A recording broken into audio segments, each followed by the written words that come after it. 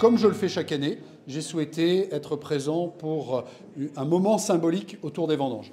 Chaque année, je change de territoire viticole. Cette année, c'est le Beaujolais et je suis très heureux évidemment d'être ici parce que ça me permet de parler avec une représentation de la profession qui me dit comment se présentent les vendanges, quels sont les premiers résultats, quel vin finalement on peut espérer trouver sur nos tables dans quelques temps.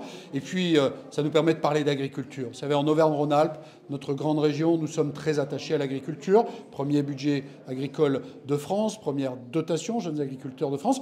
Et puis ça nous permet de parler de viticulture, parce que nous sommes une grande région viticole sur l'ensemble de ce territoire.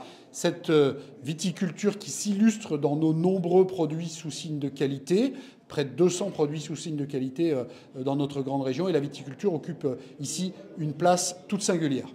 On a évoqué effectivement un certain nombre de soucis qui sont ceux de la récolte 2025 qui est particulièrement faible, où on a subi quelques aléas climatiques, notamment la sécheresse, et qui nous donne une récolte de très grande qualité mais en quantité très faible.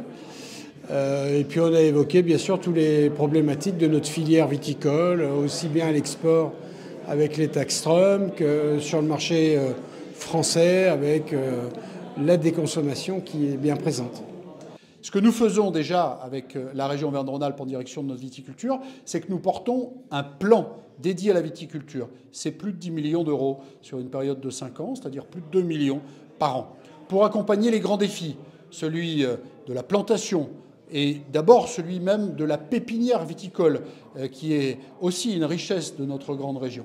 La plantation, la reconstitution de nos patrimoines viticoles ici, les investissements en protection des cultures, avec les filets notamment, sur lesquels nous avons eu un accompagnement très fort ces dernières années, et puis toute une dimension aussi de ce que nous souhaitons que cette viticulture puisse être connue ailleurs.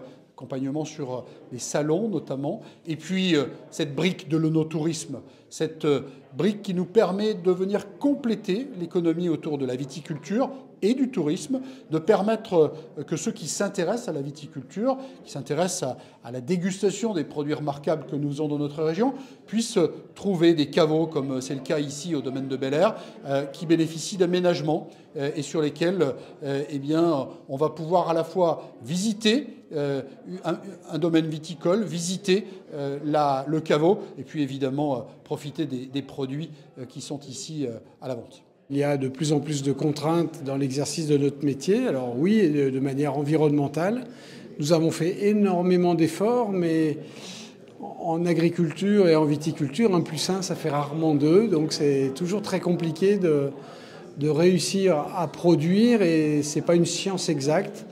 Et donc on a besoin un peu de filet. Et dans ces années, ces millésimes compliqués, qu'on a besoin d'être écouter, respecter et éventuellement aider.